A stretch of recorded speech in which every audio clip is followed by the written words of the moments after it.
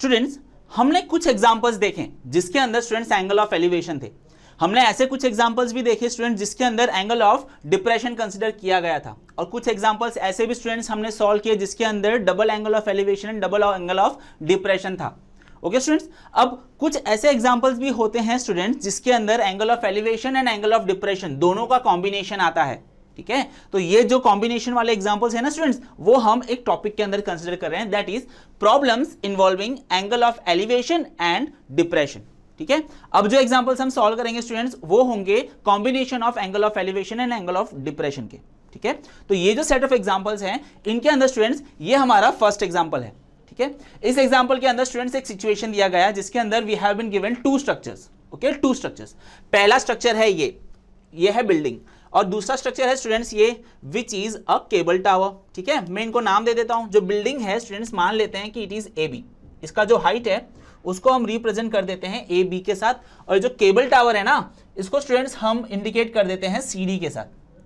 ठीक है, तो स्टूडेंट्स ए बी हो गया आपका बिल्डिंग, सी डी हो गया केबल टावर। अब स्टूडेंट्स ए बी का हाइट दिया हुआ है 7 मीटर।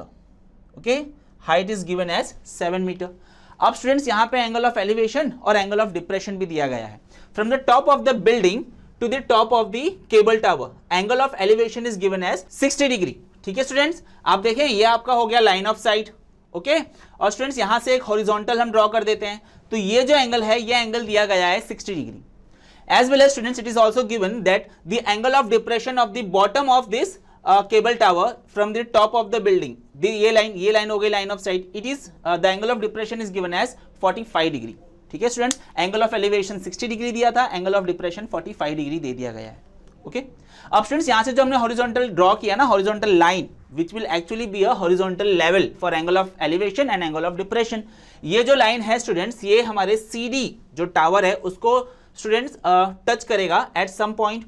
तो मैं मान लेता हूं कि वो जो पॉइंट है यहां से जो हॉरिजॉन्टल है वो जो पॉइंट है उसको मैं कह देता हूं O।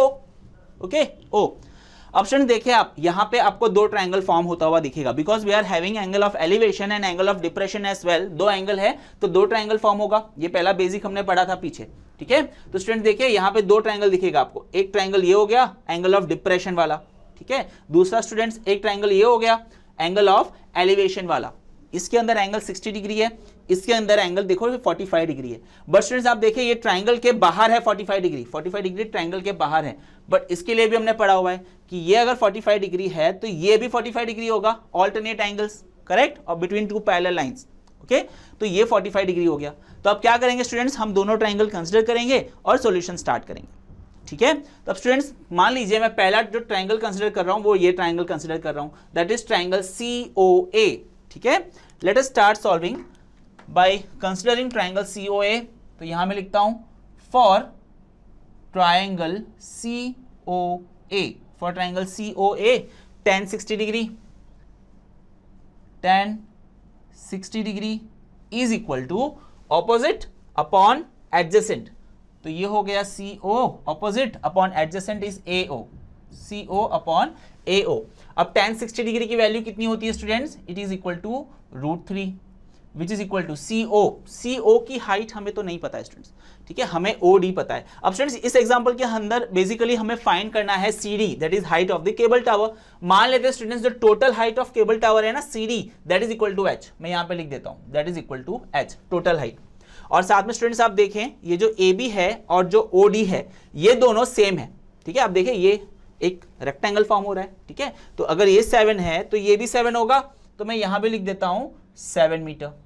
ठीक है, अब स्टूडेंट देखो ये क्या पूछ रहा है, CO अपॉन AO। CO आपको नहीं पता है, आपको स्टूडेंट्स पता है CD which is equal to H, और आपको पता है OD which is equal to 7 metre. तो CO क्या हो गया, CO is CD minus OD। Understood students, CO is equal to CD minus OD। तो CO के जगह पे मैं लिख देता हूं CD minus OD upon AO, वो एज इट इज रखते हैं AO। ठीक है, दिस इंप्लाइज AO में यहां पे ले लेता हूं AO is equal to CD कितना है H, CD है H माइनस OD कितना है, OD है 7 मीटर अपॉन √3 यहां पे आ जाएगा, √3 यहां पे आ जाएगा। ठीक है स्टूडेंट्स। अब देखो स्टूडेंट्स, आपको एक इक्वेशन मिल गया, मैं इसको मार्क कर देता हूं इक्वेशन नंबर 1। अब स्टूडेंट्स दूसरा ट्रायंगल कंसिडर करते हैं। दूसरा ट्रायंगल मतलब ट्रायंगल ABD, ठीक है, ये ट्रायंगल कंसिडर करते हैं स्टूडेंट्स। इसके अंदर हमें यहाँ पे एंगल दिया हुआ है 45 डिग्री, ठीक है। तो मैं यहाँ पे लिख देता हूँ फॉर ट्रायंगल ABD, ठीक है, for triangle ABD, for triangle ABD। अब तो स्टूडेंट्स आपको पता चल गया होगा है ना किस तरह से हम एग्जांपल सॉल्व कर रहे हैं, ठीक है। I hope you are understanding the way we are solving this example. ये 45 डिग्री है तो tan 45 is equal to opposite upon adjacent, तो tan 45 is equal to opposite AB upon adjacent BD upon BD, ठीक है। tan 45 की क्या value है? tan 45 की वैल्यू है 1, AB की वैल्यू दी है 7, BD is same as AO, ठीक है, BD is same as AO। तो AB को मैं लिख देता हूं 7 और BD की जगह पे लिख देता हूं AO। अंडरस्टूड स्टूडेंट्स, ठीक है। तो मुझे AO की वैल्यू मिल गई students equal to 7। So this implies AO is equal to 7, ठीक है। I am marking this as result number 2। अब अगर मैं 2 को 1 में सब्सटीट्यूट कर दूं students, I am substituting 2 in 1, put equation 2 और result 2 in equation number 1, in equation number 1 हमें क्या मिलेगा students? We will get 7 is equal to h minus 7 by √3। This implies √3 यहाँ पे मल्टीप्लाई करें 7 √3। अब तो सिंपल कैलकुलेशन हो गया स्टूडेंट्स, ठीक है। मुझे बार बार ये चीज़ आपको बताने की ज़रूरत तो नहीं पड़नी चाहिए, क्योंकि अभी ये चीज़ तो आपको आराम से आ ही जाएगा कैसे कैलकुलेट करना है। 7 कॉमन निकाल देता हूँ तो आई हैव √3 + 1, ठीक है। तो students finally we have got our answer, ठीक है। ये चीज़ आप यहाँ पे लिख भी सकते हो, तो यहाँ पे मैं लिख देता हूँ। स्टूडेंट्स देखो, मैं ऑलमोस्ट जहाँ पे मुझे अगर जगह मिल जाती है, मैं हर जगह पे लास्ट में आपको आंसर करके पूरा स्टेटमेंट लिख के दे देता हूँ।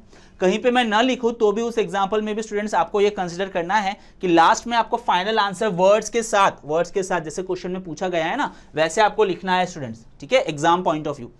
चलिए, तो h हमें मिला 7 × √3 + 1, तो मैं यहाँ पे लिख सकता हूँ आंसर क्या है? द हाइट ऑफ केबल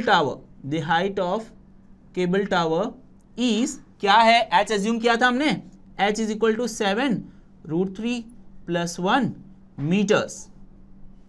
समझ आया students? This is our answer, okay. तो स्टूडेंट्स, अगर ड्रोन स्टडी के ये वीडियोस आपको अच्छे लग रहे हैं तो आप प्लीज इनको लाइक करें, सब्सक्राइब करें, कमेंट्स लिखें स्टूडेंट्स, अपने थॉट्स बताएं, हमारे साथ शेयर करें कि आप और क्या चाहते हैं। और इतना ही नहीं स्टूडेंट्स, सबसे इंपॉर्टेंट नीचे शेयर बटन पे क्लिक करें और अपने दोस्तों के साथ इन वीडियोस को व्हाट्सएप और फेसबुक पे शेयर करें स्टूडेंट्स, ताकि वो भी इन वीडियोस का फायदा उठा सकें स्टूडेंट्स, राइट।